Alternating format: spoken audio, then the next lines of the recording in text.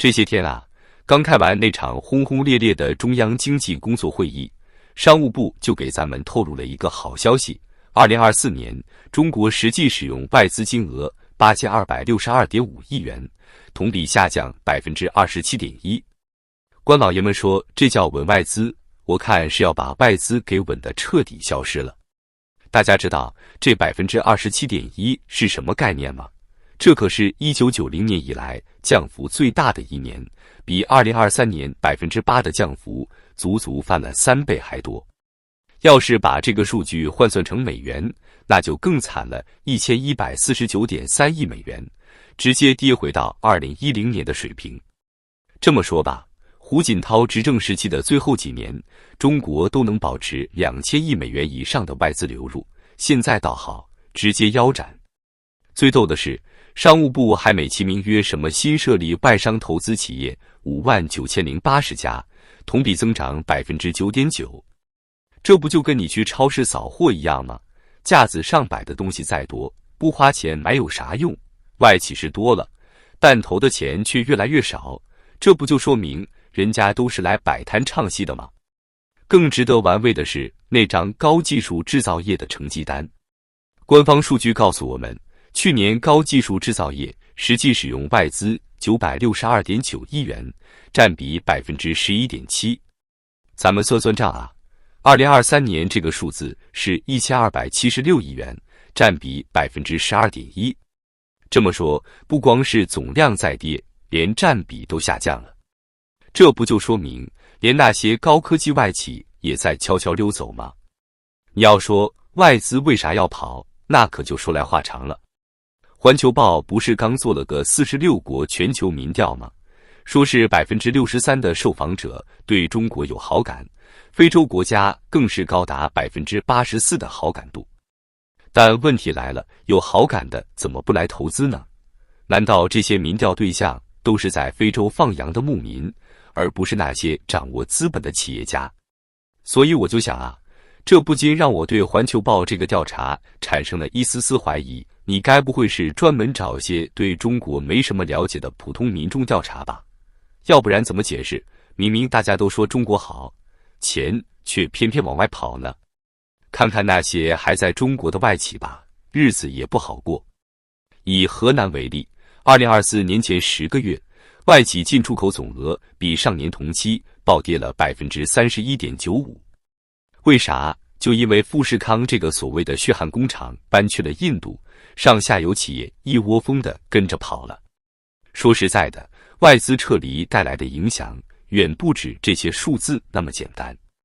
这些外企在的时候，至少还能在自己国家帮中国说说好话，现在倒好，人走茶凉，连个帮忙说话的人都没了。这就好比你开了个饭馆，以前的老顾客不但自己来吃，还帮你拉客人。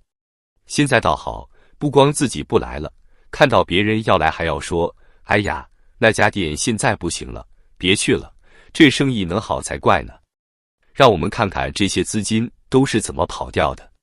这事啊，不光是那些外国人家觉得中国投资环境不好，连中国自己的企业家都忍不住要跑。别的不说，就说那位红色资本家荣毅人的家族，人家祖上可是跟党一起打江山的，现在呢，全家都搬去加拿大了。这得是对未来多没信心，才会做出这种决定啊！更让人惊讶的是中国的外汇储备。按理说，2024年中国可是拿下了将近1万亿美元的贸易顺差，这么大的顺差，外汇储备不应该蹭蹭往上涨吗？结果倒好，年底连续3个月下降，光12月份就跌了635亿美元，降幅高达1.94%。这钱都去哪了？不用我说，大家心里也都明白。再看看人民币汇率，现在都飙到7.3以上了。记得2022年的时候，汇率还在6.3左右徘徊呢。短短2年时间，人民币就贬值了15%多。这意味着什么？就是说你辛辛苦苦攒的100万，现在实际上只值85万了。有人可能会说，外资走了就走了呗，反正我们还有国企，且不说国企效率这个老大难问题，就说外资企业对中国经济的贡献吧。海关数据显示，2024年外商投资企业占全国进出口总额的 28.6%。这些企业要是都走了，那就意味着中国30%的外贸也得跟着泡汤。更重要的是就业问题，现在年轻人失业率高达 16%， 这还是官方数据，实际情况只会更糟。看看那些外企，哪个不是大量招人的？富士康一走，河南多少年轻人得失业？现在好了，连带着上下游企业一起完蛋，这不是雪上加霜吗？说到这儿，不得不提到中国现在的外贸环境。美欧那边对中国产品加征关税，中国想绕到其他国家洗产地吧，现在连这条路都被堵死了。你说这些外企不跑才怪呢，人家本来是冲着低成本来的，现在成本上去了，限制多了，不跑等着亏本啊。而且中国连 CPTPP 都加入不了，这是什么概念？就相当于你想加入个高档小区业主群，结果连门都进不去，只能在外面看着别人做大生意。更让人哭笑不得的是，那些已经移民的华人想回国处理下遗产，竟然还要证明我是我，这是什么魔幻操作？你说那些还在观望的企业家看到这个能不害怕吗？这不就是在告诉大家进来容易出去难啊？我倒要问问那些整天喊外资无所谓的人，你们的钱不会贬值吗？你们的工作不会被裁员影响吗？你们的孩子不用出国留学吗？真以为这些问题都跟自己无关？看看现在的经济数据就知道了， GDP 增速官方说 5%， 但是你看看商场里的人流量，看看商铺的出租率，再看看地铁里低头刷手机的年轻人，哪有一点增长的样子？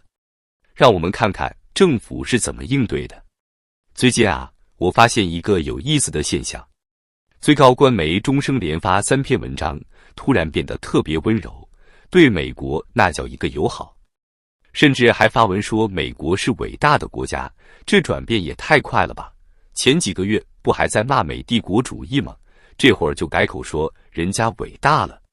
我琢磨着呀，这是真急了。你想啊，外资大规模撤离，经济又不景气，再这么硬刚下去，怕是连仅剩的外资都要被吓跑，所以只能来个180度大转弯，开始示好了。这不就是服软的表现吗？不过话说回来，光靠几篇文章就想挽回外资的信心，这未免也太天真了。现在的问题是，你说的再好听，数据也摆在那里啊。GDP 增速说是 5%， 但你去问问实体经济的老板们，哪个不说今年是活得最难的一年？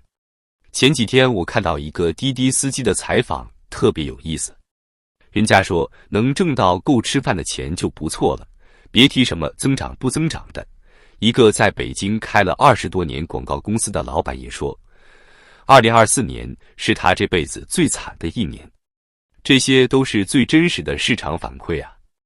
更可乐的是统计局那边，人家高善文说了句实话，说实际 GDP 增长可能就 2% 左右，结果倒好，直接被封杀了。这不就是掩耳盗铃吗？数据造假连遮都懒得遮了。现在好多企业主都在说，一个月产值500万，统计员直接给你记成5000万，美其名曰统计上交的好看点。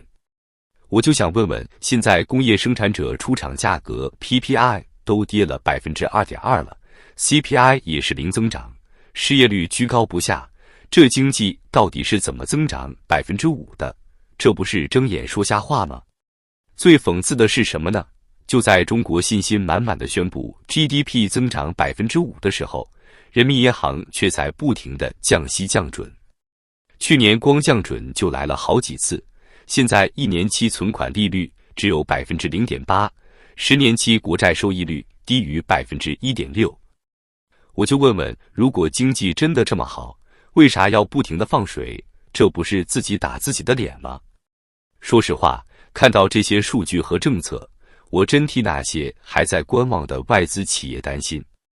一边是官媒在那儿喊形势一片大好，一边是经济数据在那儿直线下跌，这不就跟你去相亲似的，媒婆说对方条件特别好，结果一查征信全是花呗借呗，这谁还敢来投资啊？所以啊，与其在那儿搞什么预期管理，不如实事求是的解决问题。外资为什么走？不就是因为营商环境变差了吗？与其整天研究怎么把数据做得好看点，不如想想怎么让企业真正赚到钱。现在这种粉饰太平的做法，反而会让剩下的外资也失去信心。就像那句老话说的，做对的事情，任何时候都是好时机。但问题是，我们现在到底在做对的事情吗？这恐怕是所有人都需要好好想想的问题了。要我说啊，与其在那儿吹牛说什么经济光明论，不如安安心心把基本面搞好。企业要的是稳定的政策、公平的环境，不是天天变来变去的新政。现在这种又当又立的做法，就跟把门关上了还说我们很开放一样可笑。时代的一粒灰落在个人头上就是一座山。如果再不能正视问题，恐怕等待中国人的就不只是外资撤离这么简单了。